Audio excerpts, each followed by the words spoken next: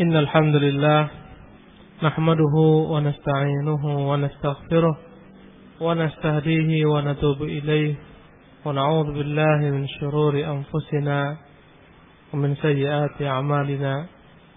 Man yahdihillahu fala mudilla lahu wa man yudlilhu fala hadiya lahu. Ashhadu an la ilaha illallah wahdahu la syarika lahu wa asyhadu anna Muhammadan 'abduhu wa rasuluhu alladzi la nabiyya ba'dahu. Amma ba'du, para ikhwah yang dimuliakan Allah, kesempatan kali ini kita akan lanjutkan pembahasan kita dalam masalah jual beli. Pembahasannya akan mengulas tentang masalah syarat yang batil yang tercampur dalam akad jual beli. Adapun dalil yang berkaitan dengan hadis ini, dengan perkara ini adalah hadis tentang kisah seorang perempuan yang bernama Barirah yang minta kepada tuannya agar dibebaskan dengan syarat dia menyicil bayaran untuk menebus dirinya dengan sebanyak 9 uqiyah. Setiap tahunnya 1 uqiyah. Kita akan baca kitab, nanti kita akan gali faedah-faedahnya. Banyak sekali keutamaan dalam hadis yang mulia ini. Bahkan ada ulama yang mengarangkan dalam satu kitab khusus yang membahas tentang hadis ini secara tersendiri. Berkata Imam Ibnu Hajar rahimahullah, wa an Aisyah radhiyallahu anha qalat, dari Aisyah semoga Allah taala meridhoinya, dia berkata, ja'atni Barirah, datang kepadaku Barirah.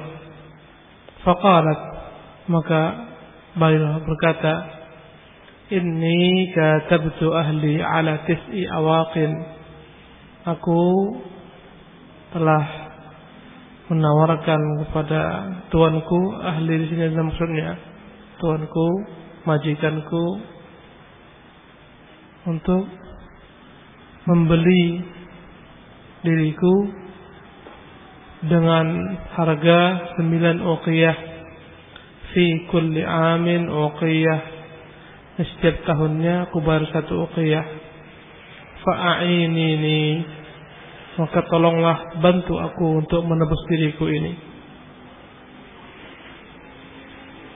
Barirah meminta kepada Aisyah radhiyallahu ta'ala membantunya untuk menebus dirinya dari tuannya, dari perbudakan. Faqultu, maka aku menjawab, yakni Aisyah, in ahabba ahluki an a'uddaha lahum wa yakuna wala'uki li fa'altu. Kata Aisyah radhiyallahu ta'ala anha, andai kata majikanmu mau, aku bayar untuk mereka cash. Wa yakunu wala'uki li, tetapi walakmu kelak adalah untukku. Fa'altu, kalau mereka setuju, aku akan bayar dirimu, ku tebus dirimu, akan ku bayar kontan. Apa tadi syaratnya?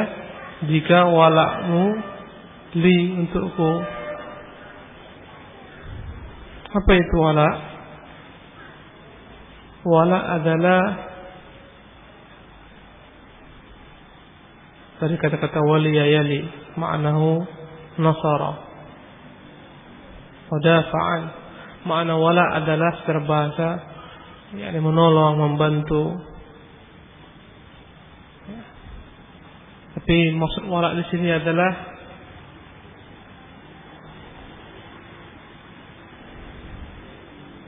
konsekuensi setelah dia dibebaskan oleh Aisyah radhiyallahu ta'ala anha.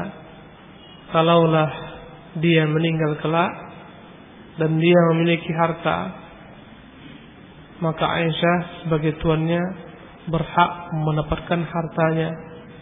Namanya wala.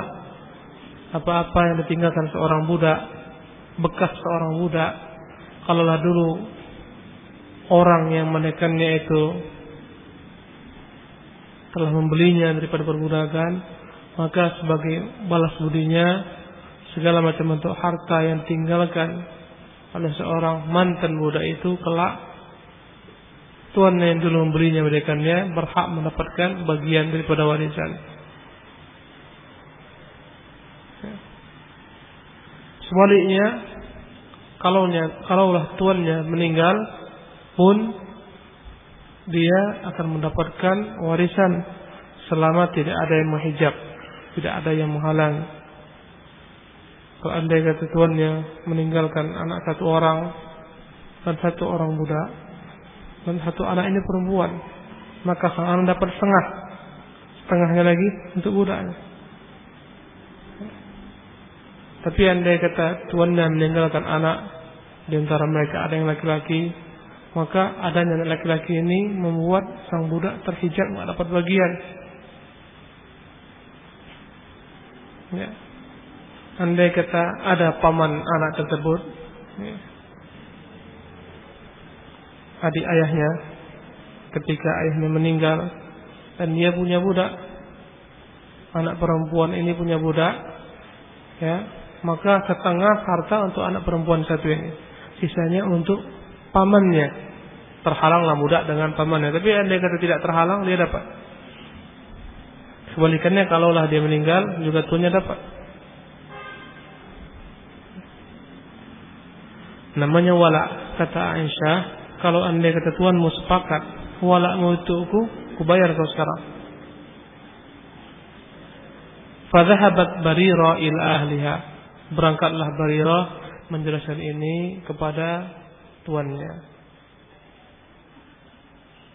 Paham tadi tentang walak? Antum paham? Paham insyaallah.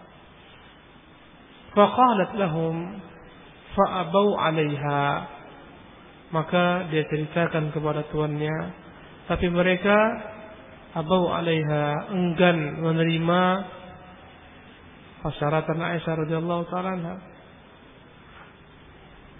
Faja'at min indihim, maka berangkatlah Barirah dari sisi mereka kembali menemui Aisyah, wa Rasulullah sallallahu alaihi wasallam jalisun, sementara ketika dia datang kepada Aisyah, Rasulullah tengah ada di sana sedang duduk. Faqalat, berkatalah Barirah, inni qad aradtu dzalika alaihim, aku telah tawarkan apa-apa yang kau katakan kepada mereka. Fa'abau illa an yakuna al-wala'u lahum, tetapi mereka enggan kecuali kalaulah wala' tetap milik mereka. Wala'ku tetap untuk mereka, tetap menjadi milik mereka, walaupun aku telah bebas, tapi wala'ku tetap untuk mereka. Fasami'an Nabiyyu sallallahu alaihi wasallam, maka Nabi mendengar perbincangan mereka. Maka Rasulullah bertanya dan jawab Aisyah, fa akhbarat Aisyatun Nabiyya sallallahu alaihi wasallam, maka diberitahukanlah oleh Aisyah kepada Nabi sallallahu alaihi wasallam. Faqala, maka Rasulullah menjawab, khudhiha,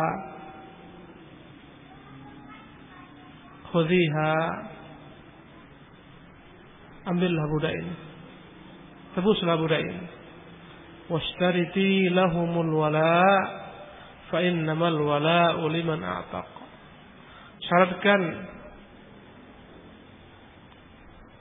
syaratkanlah wala itu agar tidak menjadi milik mereka. Dalam sebagian penafsiran ulama, syaratkan belilah budak tersebut, tapi syaratkan wala itu bukan untuk mereka. Dia tebuslah budak ini, diberikan 9 uqiyah. Thumma qama Rasulullah sallallahu alaihi wasallam fil nasi, maka setelah itu Rasulullah berdiri khutbah di tengah-tengah manusia. Fahamidallah, dia puji Allah, wa asna alaihi, dia puji Allah subhanahu wa ta'ala. Thumma qala amma ba'du, kemudian barulah beliau berkata, adapun selanjutnya, fama balu rijalin yashtarituna syurutan laysa fi kitabillahi ta'ala, mengapa ada sebagian lelaki yang mensyaratkan syarat-syarat yang tidak terdapat dalam kitab Allah, maka ana min syartin laisa fi kitabillahi fahuwa batilun wa in kana mi'ata syartin. Apapun persyaratan yang tidak terdapat dalam kitab Allah, maka dia adalah persyaratan yang batil walaupun 100 syarat. Qada'ullahi ahaq, hukum Allah itu lebih berhak untuk diikuti. Wa syartullahi awsaq, persyaratan daripada Allah itu lebih jujur. Wa innamal wala'u liman a'taq, sesungguhnya wala bagi orang yang memerdekakan budaknya. Muttafaqun alaih, hadis disepakati oleh Bukhari Muslim dan lafaznya milik Imam Bukhari rahimahullah. Wa inda Muslimin qala ishtariha wa atiqiha, dalam riwayat Muslim Rasulullah mengatakan belilah dia dan bebaskan dia.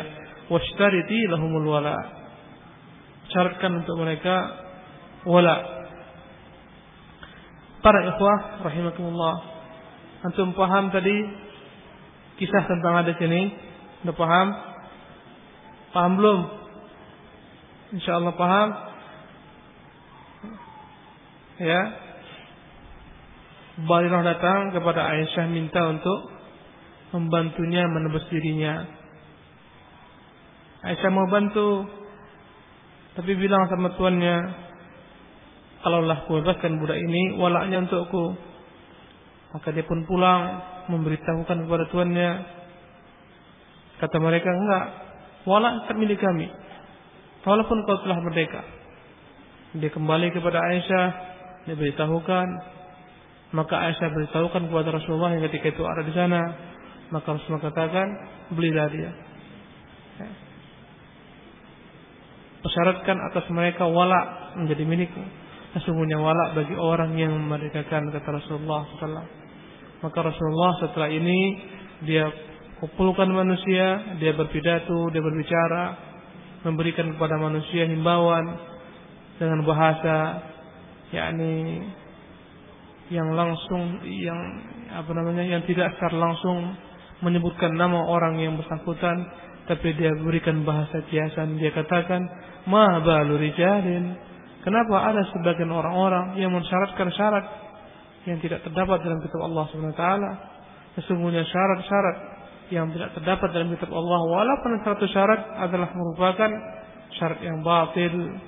Sesungguhnya hukum Allah itu lebih berhak, lebih hak, lebih benar. Ketentuan Allah itu lebih layak untuk diikuti. Sesungguhnya wala bagi orang yang membebaskan. Ini kisah tentang perbudakan, yakni tentang mukatabah, tentang seorang budak yang ingin membebaskan dirinya. Tadi siapa namanya? Barirah. Ikhwani al-kiram rahimakumullah. Barirah ini adalah seorang budak milik salah seorang daripada orang Ansar. Dalam diri Barirah terdapat 3 sunnah, subhanallah. Tentang kisah Barirah menjadi hukum, terdapat 3 sunnah, 3 perkara yang menjadi hukum lantaran Barirah, subhanallah, menunjukkan Barirah ini memiliki tempat yang penting dalam agama ini. Yang pertama, perkara ini, bahwasanya yang namanya wala bagi orang yang membebaskan. Yang kedua, yang berkaitan dengan Barirah, menjadi hukum bahwasanya seorang budak kalaulah telah dibebaskan dan dia seorang budak wanita dan dia punya suami seorang budak pula, ketika dibebaskan dari perbudakan dia boleh memilih antara tetap melangsungkan yakni hubungannya dengan suaminya sebagai istri seorang budak, ya, dan dia merdeka, atau dia boleh pilih menjadi seorang merdeka. Karena sebagaimana saya sebutkan, ketika Barirah telah ditebus oleh Aisyah, bebaslah dia. Ya. Barirah memutuskan hubungan dengan suaminya yang lampau, namanya Mughith. Rasulullah memberikan kepada Barirah untuk hak memilih antara terus di bawah Mughith yang statusnya sebagai budak, atau dia memilih untuk berpisah dengan Mughith. Maka Barirah memilih apa? Berpisah, enggak mau lagi dia. Enggak mau suaminya budak. Dia sudah merdeka sekarang. Dalam kisah Barirah diikuti oleh Mughis kemana-mana. Mughis menghibah-hibah agar jangan berpisah dengan Barirah. Begitu cintanya Mughis kepada Barirah. Tapi kata Barirah, la hajatil li fi, enggak ada hajatku dengannya lagi. Subhanallah. Sampai-sampai datang Mughis minta kepada Rasulullah syafaat. Maka Rasulullah panggil Barirah. Ya Barirah, irji'i ila Mughis. Wahai Barirah, kembalilah kepada Mughis. Apa kata Barirah? Asyafi'un anta ya Rasulullah am amir? Ya Rasulullah, apakah engkau hanyalah meminta syafaat saja untuk dia, atau engkau perintahkan aku kali ini? Kata Rasulullah, bal syafi', ini hanyalah merupakan syafaat saja. Kalau kau mau silakan, anjuran saja, bukan perintah ini.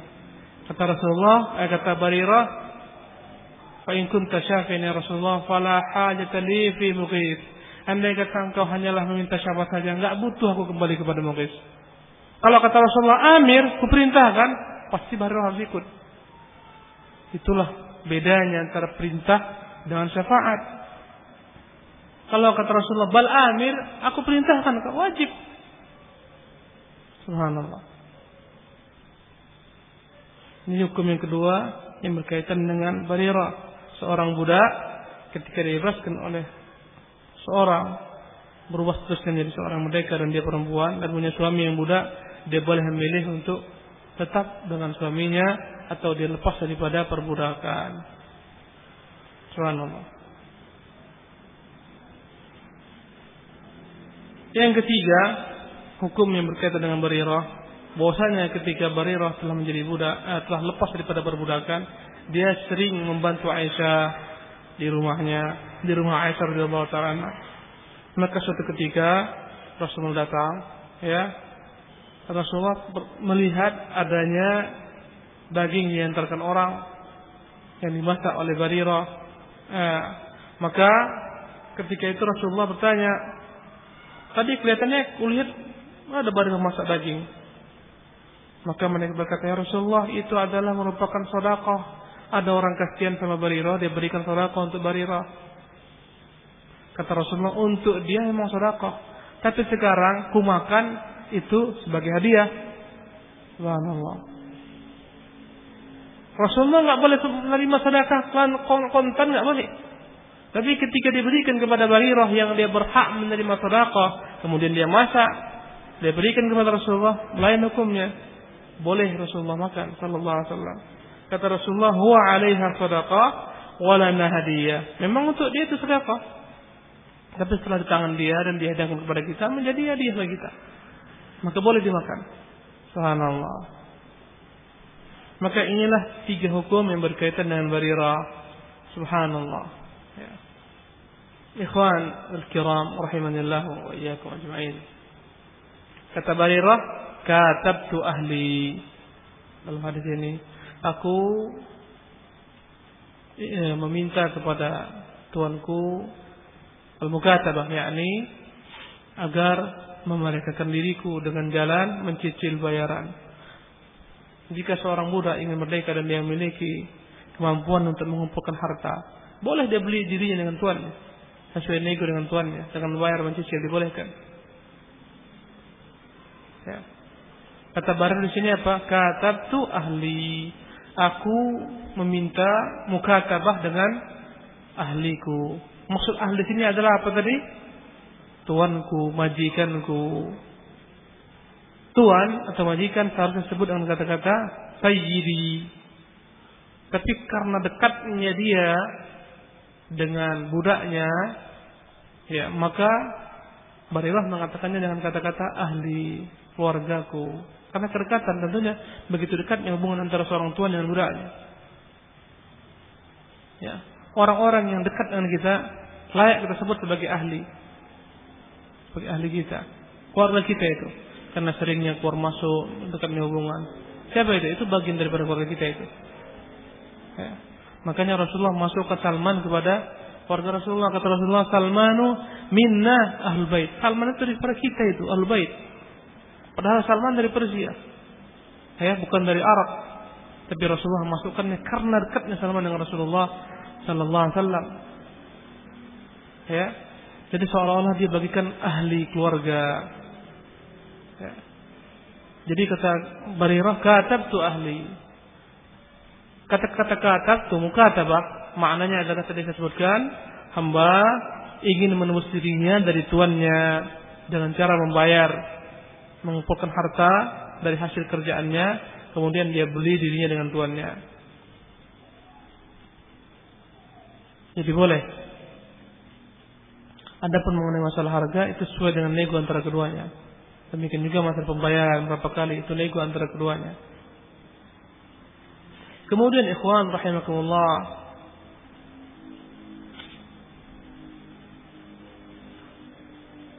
akad ini, akad antara seorang tuan dengan budaknya, apakah akad yang sifatnya harus dilaksanakan atau tuannya berhak untuk membatalkan? Atau hamba boleh membatalkan? Atau kedua-duanya enggak boleh membatalkan? Atau dari sisi hamba tidak boleh membatalkan, tapi dari tuannya boleh membatalkan? Adapun dari sisi seorang hamba, maka hukum dia meminta agar membeli dirinya kepada tuannya adalah boleh saja. Hamba boleh mengatakan, wahai tuan, juallah, aku beli diriku kepadamu. Boleh. Dan boleh pula dia batalkan. Ketika dia udah payah nyicil, nggak bisa-bisa, dia katakan, oh Tuhan, ku batalkan, nggak jadi aku beli diriku. Terus saja kerja denganmu. Boleh. Ya. Ketika seorang budak meminta kepada tuannya, boleh, wahai Tuhan, aku ingin membeli diriku, menebus diriku darimu. Bagaimana tentang tuannya? Apakah dia wajib ya menerima yakni apa-apa yang diusulkan oleh budaknya? Dalam perkara ini tentunya ada rincian. Apa rinciannya? Andai kata sang tuan mengetahui kalaulah budak ini bebaskan akan mendatangkan kebaikan, maka dia ya seharusnya memenuhi seruan ini. Kalau dilihat ini budaknya bagus, agamanya baik, orangnya bisa bekerja, kayaknya bisa dilepaskan, telah layak menjadi orang merdeka, maka boleh dia terima, dianjurkan dia terima. Bahkan sebagian mengatakan wajib dia terima. Andai kata dia lihat ini budak nggak baik, kalau dibebaskan fasik, ngacu aja nanti dia, nggak bisa dikontrol lagi, liar orangnya. Atau kalau dibebaskan, bahkan dia nggak bisa mencari makan untuk diri sendiri, menjadi tanggungan bagi orang lain. Mental memang mental menjadi budak, bukan mental orang merdeka, selalu bergantung kepada orang. Kata tuannya ini nggak layak nih, kok dibebaskan nanti jadi masalah bagi orang lain ini, akan dia bergantung pada orang lain, akan membuat payah. Maka jangan diterima. Subhanallah. Andai kata dia tahu budak ini minta dibebaskan karena dia ingin merdeka kembali ke negerinya, menjadi kafir kembali. Karena dalam Islam perbudakan datang daripada peperangan. Kok dia khawatir budak ini kelak akan kembali ke negerinya murtad, ya. Bahkan dia akan membantu orang-orang kufar kembali mereka kaum muslimin, maka jangan diterima. Makanya Allah SWT mengatakan, وَالَّذِينَ يَبْتَغُونَ الْكِتَابَ مِمَّا مَلَكَتْ أَيْمَانُكُمْ فَكَاتِبُوهُمْ إِنْ عَلِمْتُمْ فِيهِمْ خَيْرًا. Dalam surah An-Nur ayat 33 Allah berfirman, وَالَّذِينَ يَبْتَغُونَ الْكِتَابَ مِمَّا مَلَكَتْ أَيْمَانُكُمْ. Dan adapun budak-budak yang ingin membebaskan dirinya kepada tuan-tuannya daripada budak-budak yang kalian miliki, فَكَاتِبُوهُمْ, maka buatlah dengan mereka akad transaksi jual beli. Fakatibuhum, biarkan mereka membayar dengan cicil agar mereka bebas. In alimtum fihim khaira, kalau akan mengetahui dalam diri mereka ada kebaikan. Ya. Tadi kita telah bahas bahwasanya kalau anda kata ada kebaikan, ya, jumhur mengatakan tuan tidak wajib memenuhi seruan budaknya, memenuhi apa yang diinginkan budaknya, tidak wajib, tapi anjuran saja. Kata mereka, karena ini adalah harta milik dia. Ya, tidak wajib bagi dia untuk mengeluarkan harta yang menjadi milik dia, ya, kemudian dia keluarkan daripada kepemilikannya, kecuali kalau harta tersebut adalah merupakan harta yang wajib dikeluarkan seperti zakat, nafkah yang wajib dia tunaikan untuk keluarganya, istrinya, orang tuanya, baru wajib. Ini enggak. Ya. Seseorang itu jika tidak ada kewajiban dalam agama untuk mengeluarkan hartanya, enggak wajib dia keluarkan. Tapi jika diwajibkan dalam agama seperti membayar zakat, menafkahi anak, istri, keluarga yang wajib dinafkahi, maka dia menjadi wajib. Maka posisi tuan ketika dia mengeluarkan budaknya daripada kepemilikannya, ya, tidak wajib. Karena ini bukanlah perkara yang diwajibkan dalam agama. Makanya kata jumhur, perintah ini adalah anjuran semata. Adapun ahlul zahir, sebagian ulama mengatakan perintah ini adalah wajib hukumnya, karena dalamnya terdapat kemaslahatan untuk membebaskan budak daripada keperbudakan. Menjadi hukumnya wajib menurut pendapat Zahiriyah. Apalagi syariat ini banyak sekali memerintahkan untuk membebaskan budak.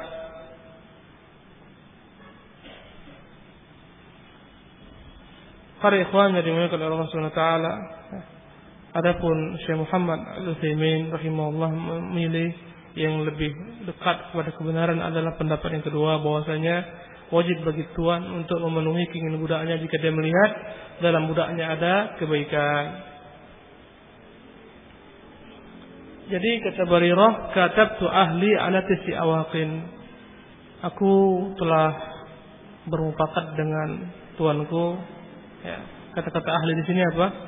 Tadi artinya tuan. Ya.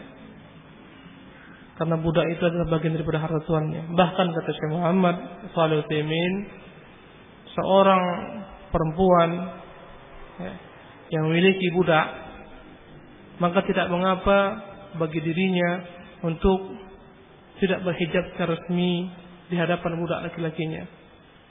Tidak mengapa terlihat rambutnya, mungkin tangannya, atau kakinya, atau wajahnya. Ya.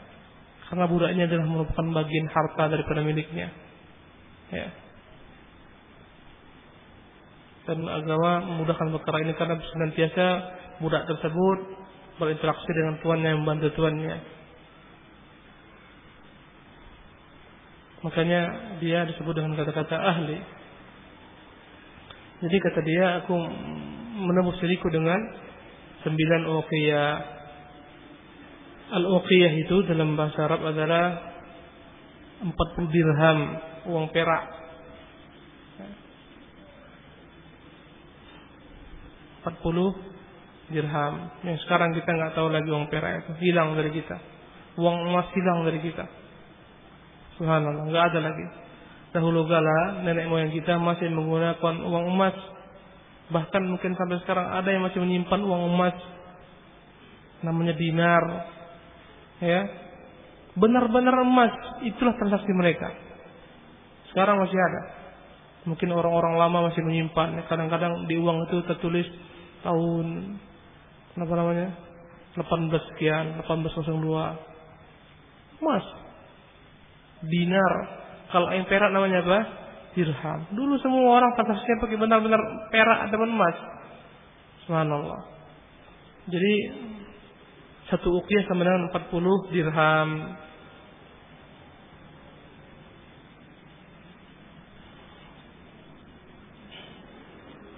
Fi kulli 'amin uqiyah. Setiap tahun ku bayar satu uqiyah. Berarti dia 9 tahun barulah bebas menjadi seorang budak. Kemudian kata Aisyah radhiyallahu taala, andai kata keluargamu, tuanmu mau dan sepakat, ku bayar cash, tapi dengan syarat walaknya hendaklah untukku.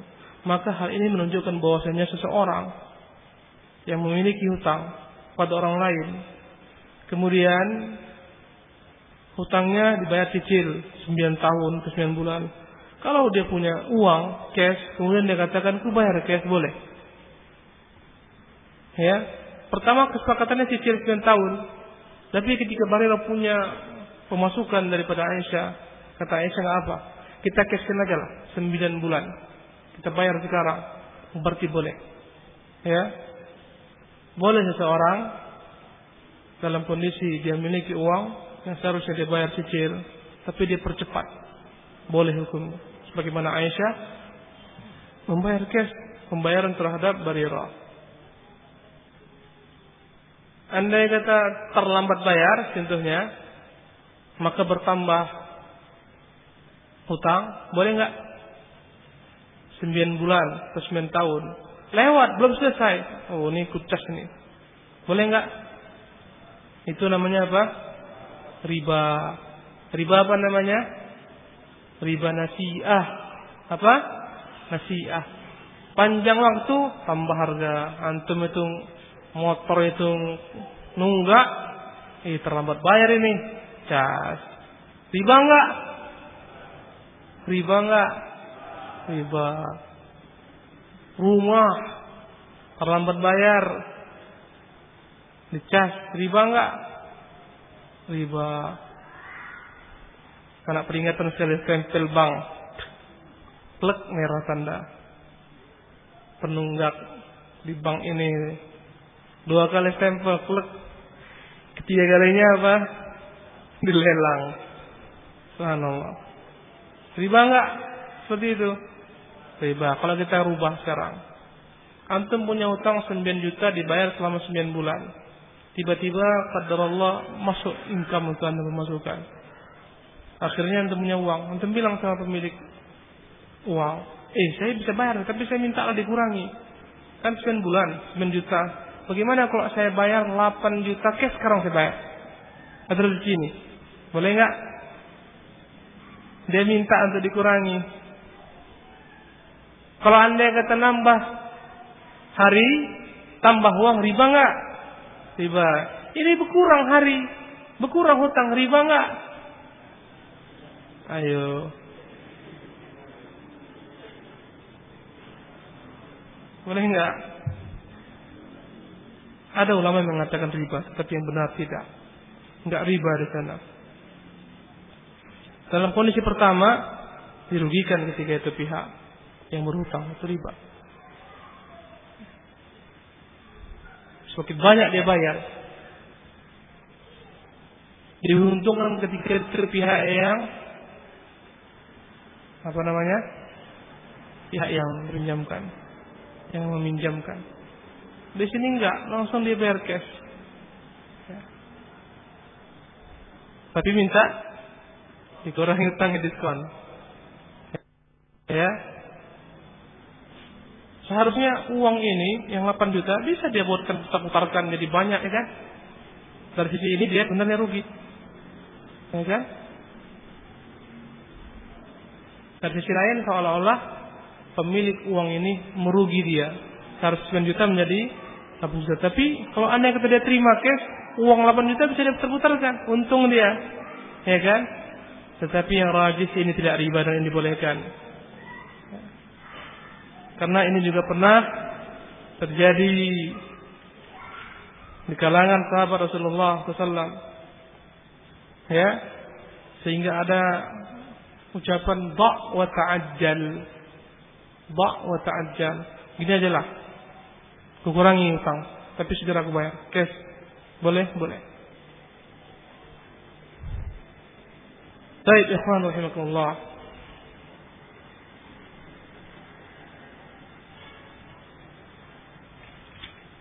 Kemudian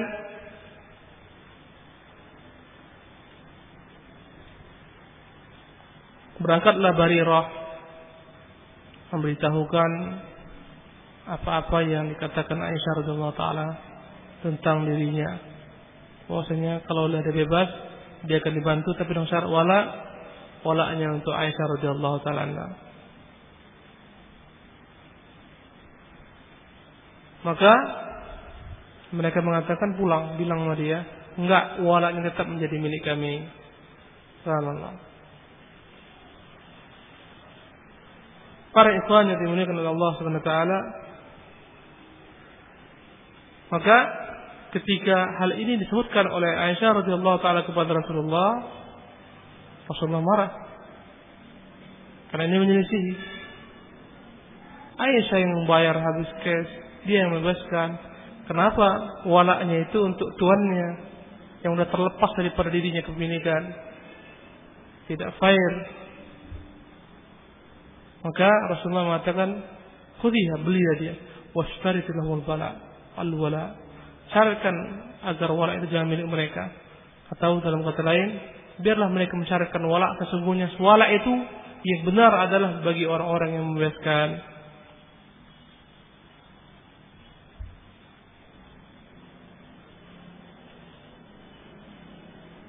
Para ikhwan yang dimuliakan Allah Subhanahu wa taala, maka Rasulullah SAW segera mengumpulkan manusia dan dia berpidato di depan manusia untuk meluruskan kesalahan ini, ya, menunjukkan kepada kita bahwa Islam bukan hanya mempedulikan perkara-perkara ibadat, tapi Islam juga mempedulikan perkara-perkara muamalat. Dalam perkara seperti itu Rasulullah sanggup berdiri dan menerangkan kepada manusia bahwa saya jual beli seperti ini tidak benar syaratnya. Ya, menunjukkan Islam itu agama yang benar-benar mencakup kebaikan dunia maupun akhirat. Rasulullah berkhutbah khusus untuk menerangkan muamalat yang rusak ini, yang menunjukkan kepada kita bahwa Islam itu adalah merupakan din wa dunia, agama dan dunia wal akhirah, untuk dunia dan untuk akhirat. Subhanallah. Fahamidallah wa asna alaih, maka Rasulullah memulai puji-pujian kepada Allah, puji-pujian kepada Allah Subhanahu wa taala. Maka dari hadis ini mengisyaratkan kepada kita bahwasanya seseorang hendaklah kalau dia berbicara, berpidato, memulai dengan puji-pujian kepada Allah Subhanahu wa taala. Memuji Allah Subhanahu wa taala agar diberkahi dirinya. Ya. Dan sesungguhnya setiap orang ketika dia berpidato, berbicara di depan orang, memulai puji-pujian dengan Allah Subhanahu wa taala, dia sedang mengikuti Rasulullah SAW. Seolah-olah posisi dia ketika berpidato, berkhutbah, menyampaikan wejangan kepada manusia, menempati posisi siapa? Posisi Rasulullah SAW. Maka tidak layak itu dimulai dengan puji-pujian kepada Allah Subhanahu wa taala. Ini menunjukkan begitu tingginya kedudukan para ulama, para talabatul ilmi, karena mereka menempati tempatnya siapa? Rasul sallallahu alaihi wasallam. Makanya benar kata Rasulullah sallallahu alaihi wasallam, al ulama'u warasatul anbiya, ulama itu adalah pewaris para nabi. Ya. Fa innal anbiya lam yatruku dinaran wal dirhama. Para nabi tidak pernah meninggalkan dinar atau dirham, walakinnahum tarakul ilma. Mereka hanyalah meninggalkan ilmu. Faman akhadha bihi akhadha bihadzin wafir. Yang mengambil ini dia telah mengambil warisan yang beruntung. Makanya hendaklah setiap orang berlomba-lomba untuk mengambil apa? Warisan para nabi ini. Datang kajian-kajian, cari para ulama, kumpulkan ilmu sebanyak-banyaknya. Itulah sebenarnya warisan yang paling berharga dibandingkan warisan harta dunia dan seisinya. Para ikhwan yang dimuliakan oleh Allah Subhanahu wa taala, maka Rasulullah SAW berkata, ma balu rijalin yashtarituna syurutan. Kenapa ada sebagian orang laki-laki yang mensyaratkan syarat-syarat laisa fi kitabillah, yang tidak terdapat dalam kitab Allah Subhanahu wa taala. Kata-kata ma balu rijalin dalamnya ada manfaat yang kita dapat ambil. Bahwasanya ketika seorang memperbaiki seseorang tertentu pada kesalahannya dan ingin supaya kesalahan ini juga tidak dilakukan oleh orang banyak, ya, dan tidak ada maslahat untuk menyebutkan dirinya karena bermalu orang tersebut, maka jangan disebutkan, cukuplah memberikan bahasa isyarat. Ini harus diterapkan oleh banyak doa. Ya, antum jangan tembak langsung. Kenapa si fulan namanya si ini buat sekian, jangan. Tapi contohnya Rasulullah sallallahu alaihi wasallam. Kenapa ada sebagian orang mensyaratkan syarat dalam yang tidak terdapat dalam kitab Allah Subhanahu wa taala? Gunakan ini. Ya. Tidaklah guna penyebutan kecuali jika maslahatnya besar, agar tidak agar namanya orang tidak kebingungan, dibutuhkan untuk sebutkan. Dalam dakwah pun demikian. Tidak perlu untuk sebutkan jemaah-jemaah itu jemaah ini seperti ini, jemaah seperti ini. Kecuali dalam kondisi memang dibutuhkan maslahat ini besar dibandingkan mudaratnya. Ya. Antum berpidato di hadapan kelompok yang sesat. Antum sesatkan mereka di hadapan mereka. Antum sebutkan nama jemaah mereka, pendiri mereka. Kira-kira apa yang terjadi? Mungkin dilempari batu antum. Tapi terangkan dalil, ini Quran, ini sunnah, cara beragama yang benar begini. Adapun perbuatan sebagai orang seperti gini salah, yang benar seperti gini. Gunakan cara-cara yang diajarkan Rasulullah SAW ini.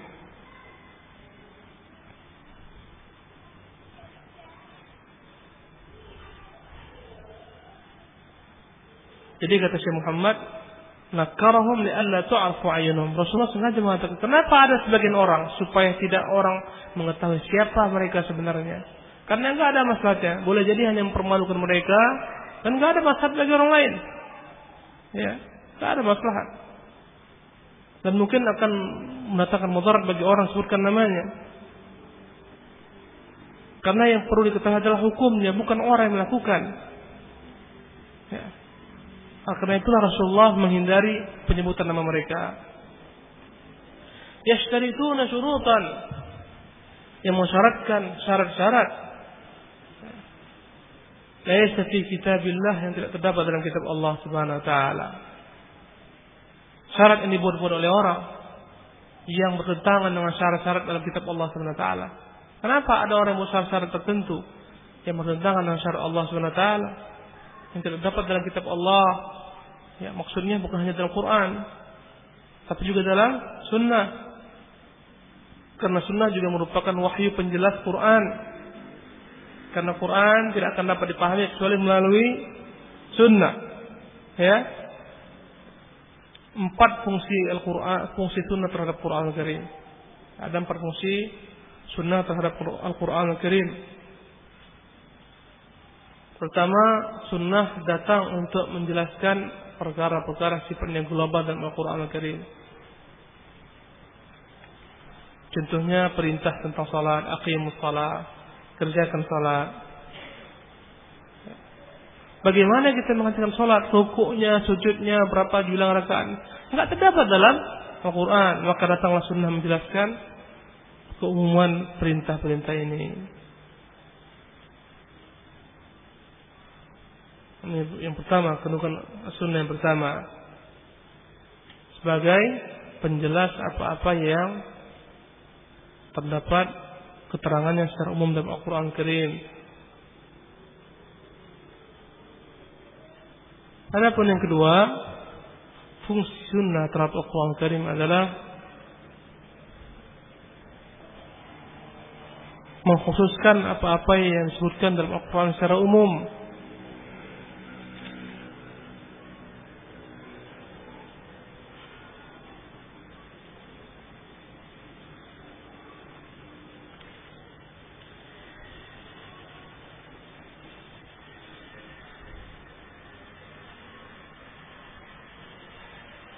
Adapun yang ketiga, Al-Quran Al-Karim datang untuk menetapkan hukum-hukum syariat yang tidak terdapat dalam Al-Quran Al-Karim.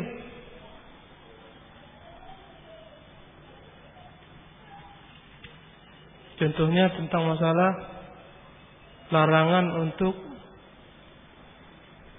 memperjualbelikan himar, larangan untuk memakan himar keledai kampung, dilarang oleh Rasulullah SAW. Tidak terdapat di dalam Al-Quran Al-Karim. Larangan untuk nikah mut'ah tidak terdapat dalam Al-Quran Al-Karim. Dalam sunnah adanya.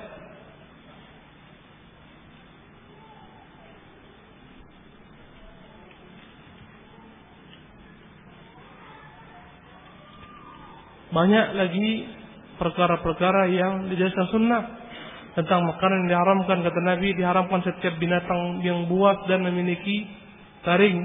Tidak terdapat dalam Quran Al-Karim. Masalah makanan yang diharamkan sedikit dalam Quran, tapi datang sunnah menjelaskan setiap binatang yang buas dan bertaring memangsa, maka dia haram dimakan. Setiap burung yang buas memiliki kuku yang buas, yang mencekram dengan kukunya, maka dia haram dimakan.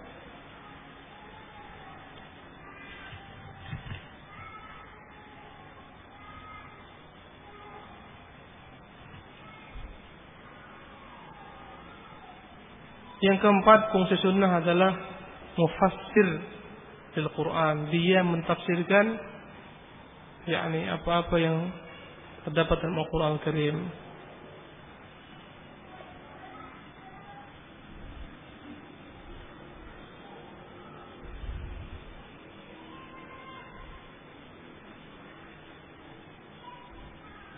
Sebagian ulama meringkas yakni kedudukan sunnah terhadap Al-Quran kepada 3 perkara. Diringkas dalam 3 perkara.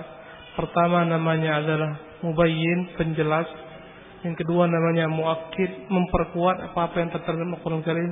Yang ketiga adalah musyarri', membuat syariat yang tidak terdapat dalam Al-Quran Karim. Ini kesimpulannya. Pertama, mubayyin, menjelaskan seperti tadi perkara salat dan seterusnya.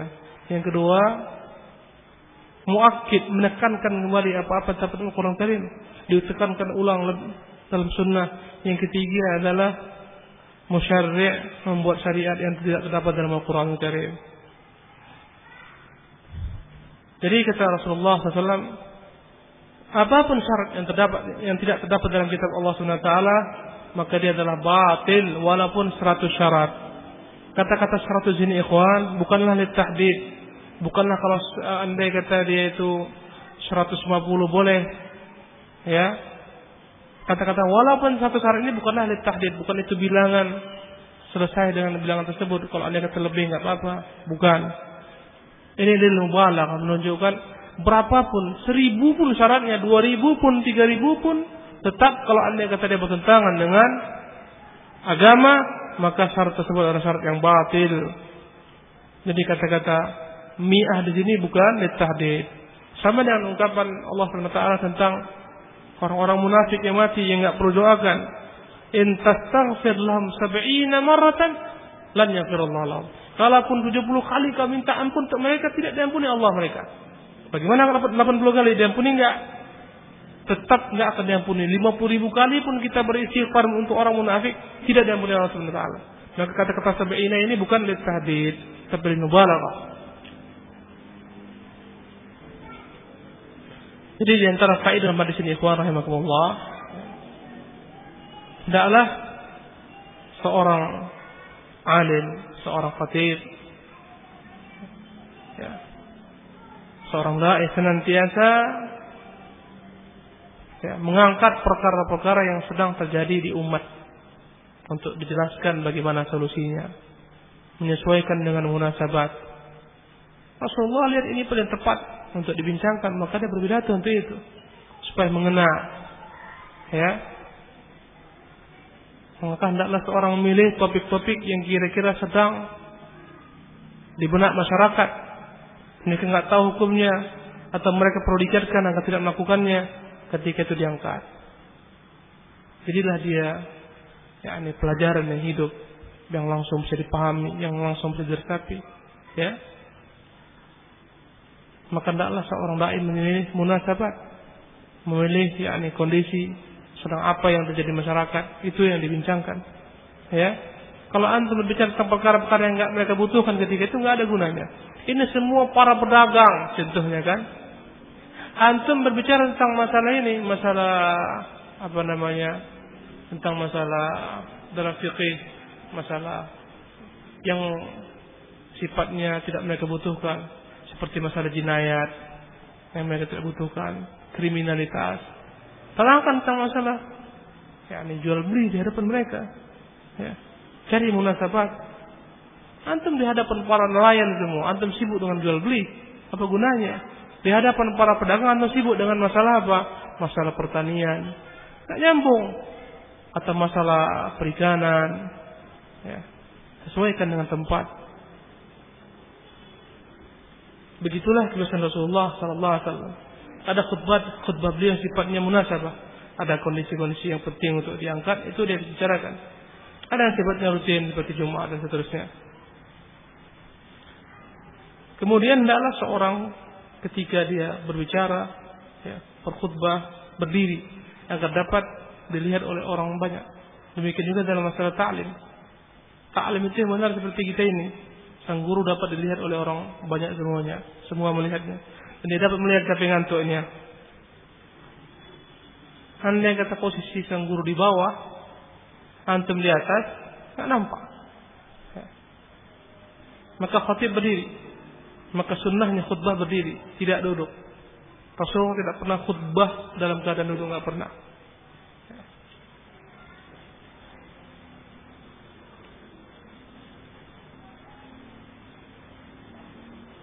Kemudian dianjurkan dalam khutbah adalah orang mengucapkan apa yang Rasulullah ucapkan, puji-pujian. Kemudian ketika dia masuk kepada inti pembicaraan dengan mengucapkan amma ba'du.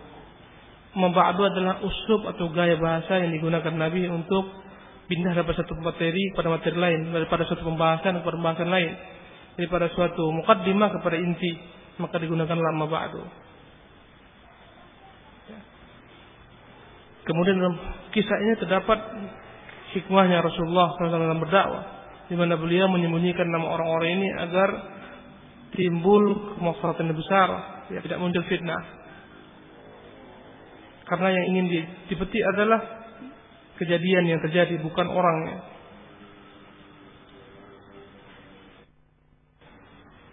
Para ikhwan yang dimuliakan oleh Allah SWT,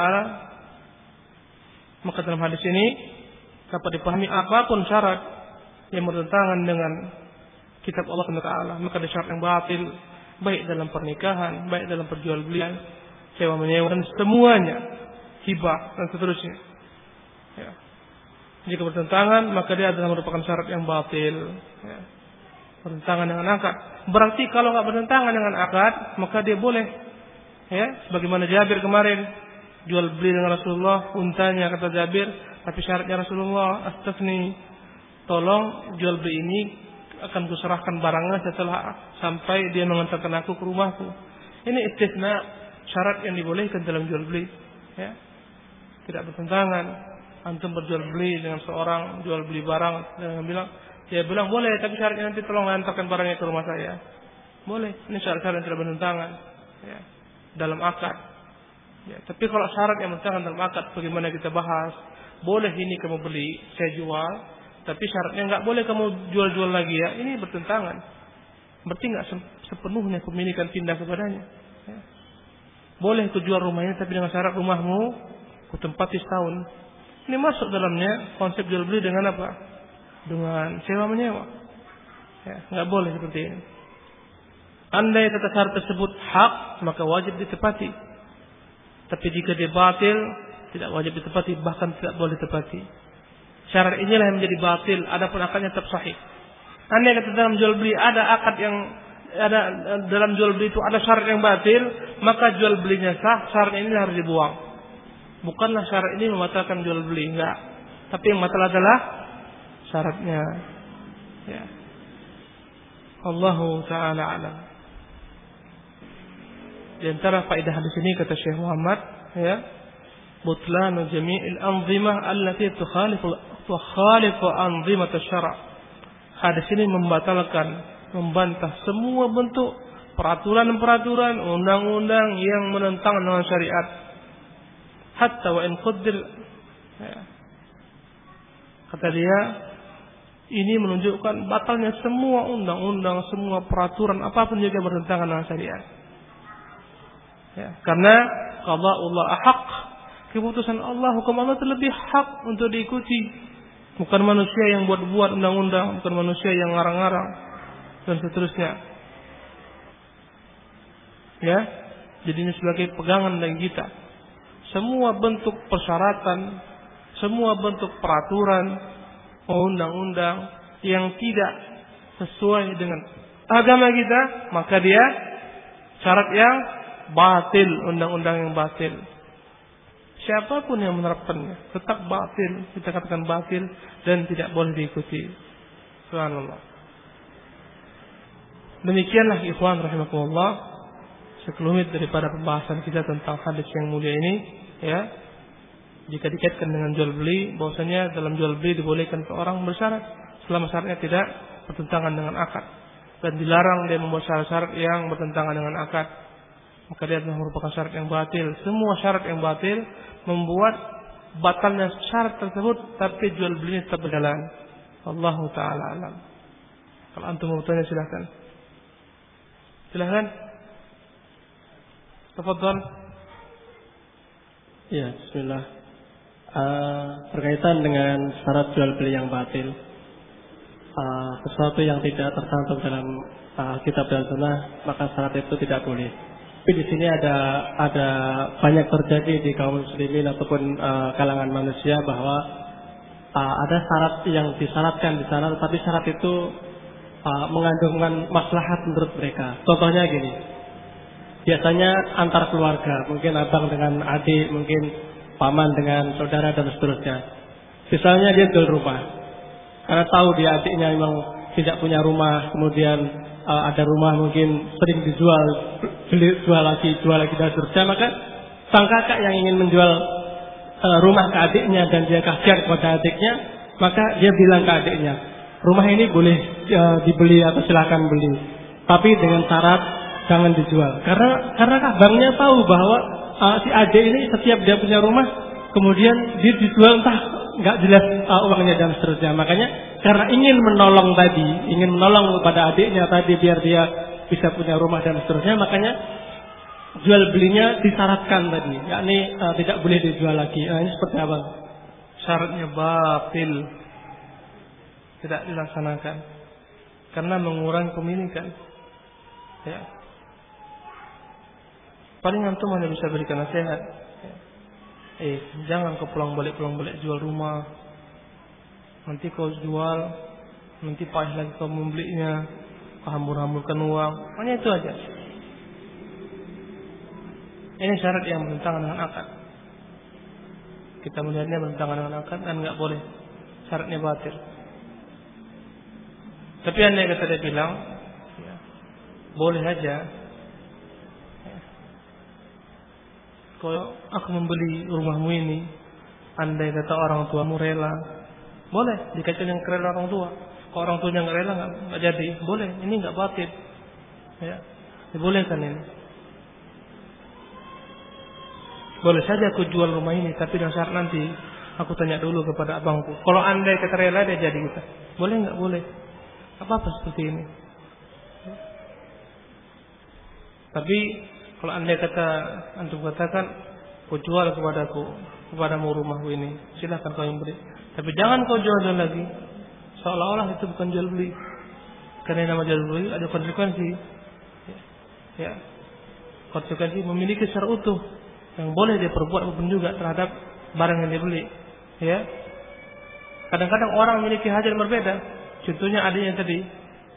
Ternyata terkadang dia dalam kondisi yang memang membutuhkan uang bersangatan, dia nggak punya lain kecuali rumah itu yang mau dia jual. Ya, abangnya pun nggak bisa memberikan bantuan dalam bentuk uang, nggak ada yang lain, maka terpaksa dia jual. Tapi kalau andai kata tadi dibenarkan, nggak bisa dia jual, nggak bisa pun juga, ya. Atau nanti dia setelah dia meninggal anak-anaknya menjual, nggak bisa karena dilarang. Cucunya menjual nggak bisa karena dilarang. Ini semuanya adalah jual beli yang tidak benar syaratnya. Wallahu ta'ala. Fadhal. Bismillah, alhamdulillah, wassalatu wassalamu ala mursalin, amma ba'du. Begini Ustaz, pertanyaan saya, ada si A punya toko Ustaz. Jadi ada si A ini punya toko Ustaz. Jadi datang si B ke si A ini memberitahu kalau dia mau nitipin kue gitu Ustaz kan, karena sekarang ini lagi musim nitipin Ustaz. Jadi si B ini nitip kue di tokonya si A. Dia bilang antum jual harga jualnya 1.000, dari Anas dari 800 rupiah gitu, dibilang si B ini sama si A kan Ustaz kan. Jadi oke lah kalau kayak gitu, karena yang memberi ini si B, bukan si A yang mengundang, tapi si B yang memberi saran gitu kan Ustaz. Jadi jadilah transaksi ini Ustaz kan, ditaruhlah kue ini di tempat si A ini. Jadi pada suatu hari Ustaz, si B ini tidak, si B ini jangan diganggu dulu dia. Si B ini datang ke tempat si A memberikan kue 10 biji. Jadi ditaruh di situ. Jadi setelah ditaruh di situ 10 biji, lantas sore harinya, ya kan Ustaz, sore harinya datanglah si B ini melihat kuenya ini. Melihat? Iya, melihat kuenya ini ternyata sudah laku 5. Iya. Melihat kuenya ini ternyata sudah laku 5 kan Ustaz. Jadi dia minta tagihlah sama si A. Jadi si A merasa tidak ada menjual sampai 5. Dia merasa menjual cuma sampai 4.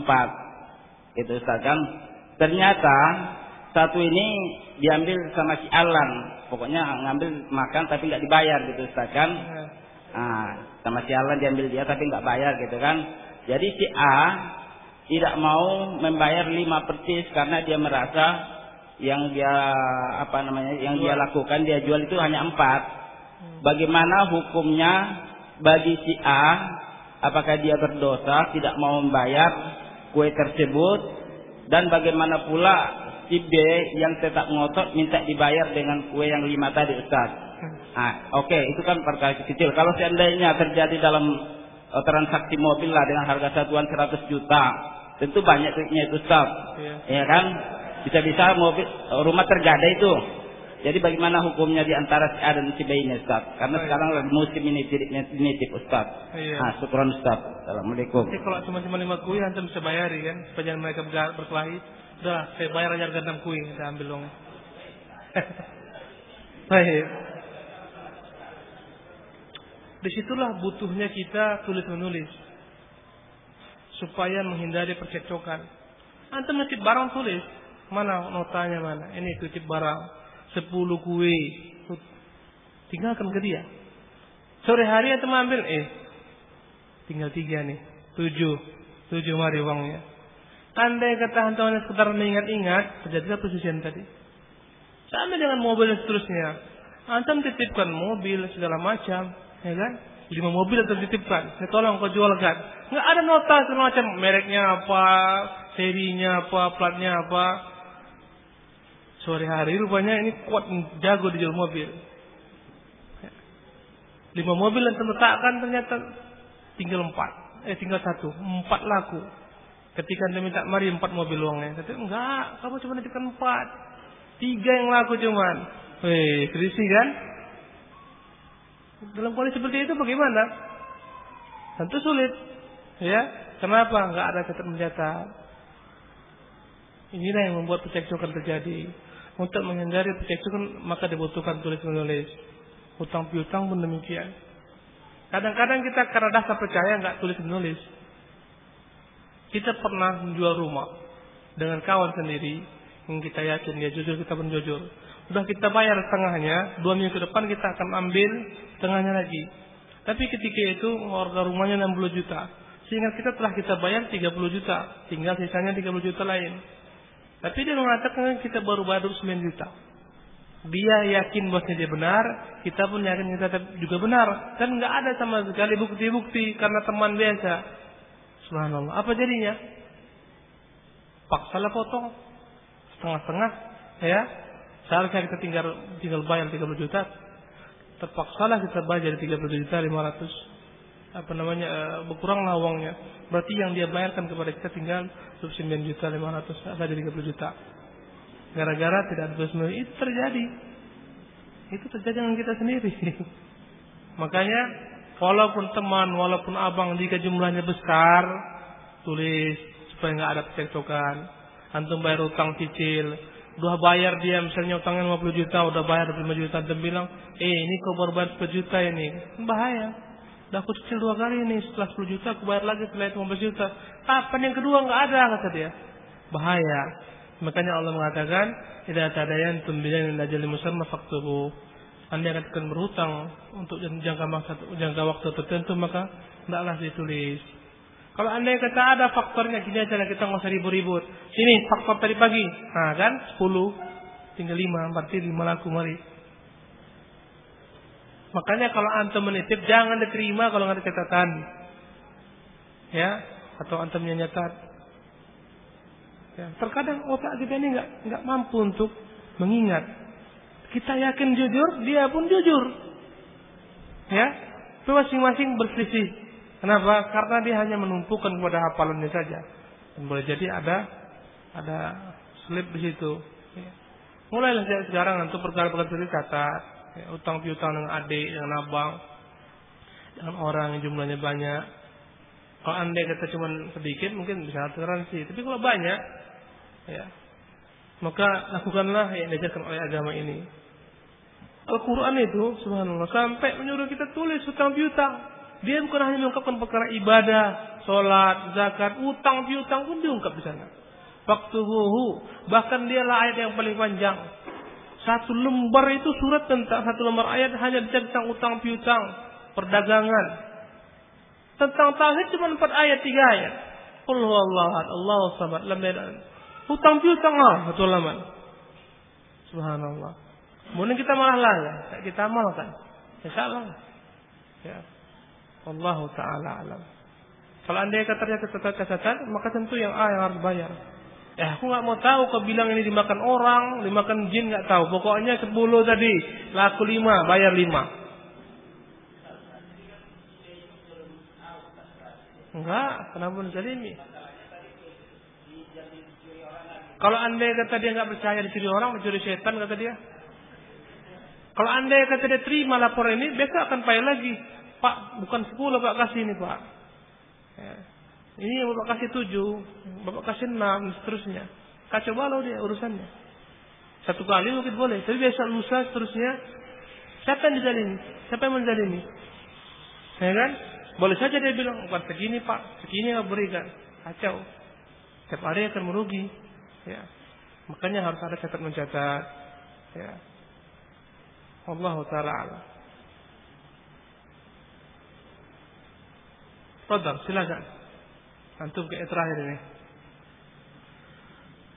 Ini kayaknya pedagang-pedagang semua ini ya. Silakan.